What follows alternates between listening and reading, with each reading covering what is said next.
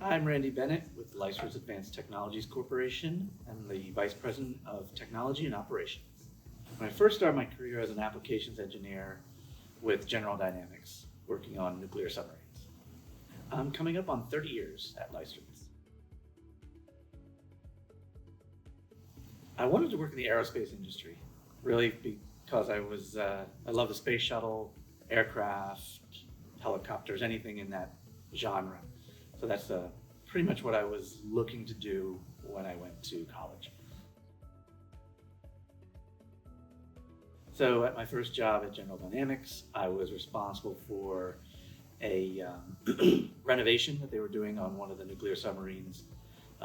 It was a research submarine that the Navy owned, and I was responsible for all the mechanical equipment. So then I became involved with valves, pumps, steam turbines, condensers, so basically all engine room components.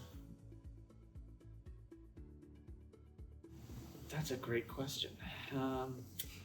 Because they might not understand it, or it might make them fall asleep.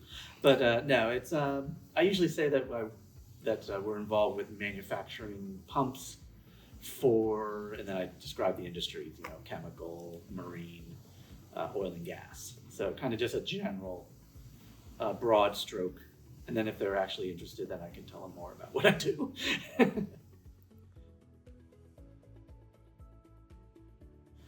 I think it's that it's not a job, it's a career. I mean, you see, and the customers we deal with, we see the ebb and flow of employment at engineering contractors, different industries, depending on the economics of the time.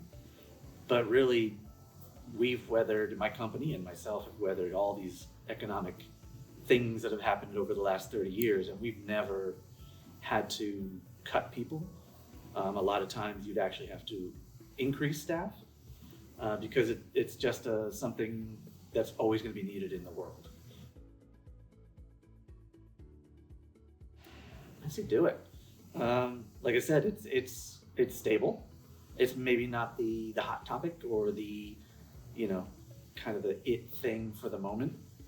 It's not going to be Instagram or TikTok worthy, but you're going to learn a lot. Like I said, that's one of the main things that I love still about my job after 30 years, learning new things, meeting people. You can travel as much as you want, or depending on what you want to do, you can find a niche in the pump industry that'll cater to those desires for you, for the type of work, the amount of travel, like I said, just the opportunities to network and meet people is amazing. Oh yeah, especially now, COVID really took a big hit on the elderly, we'll call them, but the folks that are, in that band where a lot of them just said, yeah, I'm going to retire now. And most of those people that would take that kind of option are in higher management positions. So there is definitely a gap of experience. So, as new people come in, we're really trying to get people to come in, because these are in the next 10, 15 years, there's going to that gap, which is between like the 30-year-olds and the 55-year-olds, is going to become glaring. Because as those 50 pluses, myself included, think about potentially retiring earlier, there's going to be this huge area where we're going to need qualified and dedicated people to take in those new leadership roles.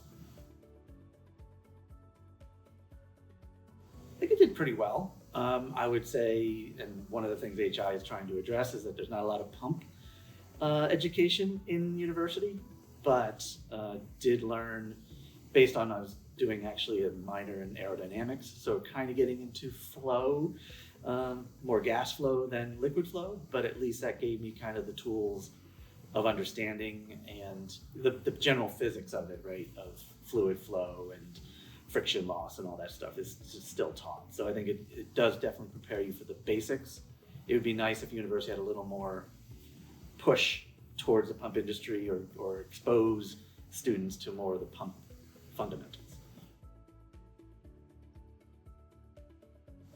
I say probably meeting people and educating people now, because again, with that same thing called the brain drain as people leave, um, training customers, training personnel, just education in general, and getting the word out, and working with HI, of course, to get the word out to the younger generations.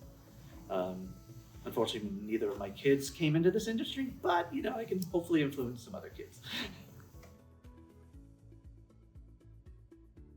Educational background, of course, and that I think kind of it depends on where you are, because the industry is so broad and the jobs are so broad. It's almost like you can't go wrong. If you prefer to be inside, very technical, there's that opportunity. If you prefer to be more out there, talking to people, educating, which is selling and education are kind of together, you can do that. You can do marketing. So there's so many avenues to go through that I think almost your university degree and your experiences, definitely get an internship to kind of just get more of that personal interaction more than specific technical resource or technical knowledge, but more of that how to interact with people and how to kind of merge into the job market from university. Oh, there's been several.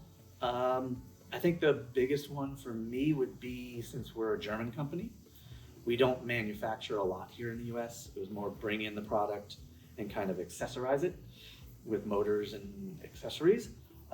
But for some more recent projects for the US government, there's some made in America requirements, and we've been able to actually build out our supply chain and come up with new ways of manufacturing items here in the US, assembling them here and actually testing here. So expanding the scope of what Leistritz does in the US. Well, we're positive displacement pumps, right? So nobody knows who we are. We're they don't think of us. So it's really the education, trying to get out there and explaining to people when they're using the wrong pump, and we know, okay, you shouldn't do that. You should really use this product. And education. So that's why I'm kind of more passionate about the education now, because it really, those I've seen early on, it's like just hitting these brick walls of, it's right. The customer, you tell it to the customer, they're just not getting it, or they don't want to get it. So, that's always a challenge, but I think as we all educate the market more, that helps to kind of break down those misconceptions. Still, even so, after 30 years, still learning new things change, and I'm getting, in the last 5 years, it's like, well, you get into that habit of doing the same thing over and over and saying, this is the way it has to be. And that's kind of what your customers do to you. And so I'm kind of like reinventing, like, hold it. Why are we doing this way? You stop and you look at all your processes and all the things you've done and say, why are we doing this way? Can we be doing it better? Are there new tools? So it's continuously evolving. I would say don't give up, keep doing it, because seeing how I've progressed, where I've gotten, the opportunities I've gotten, the people I've gotten to meet.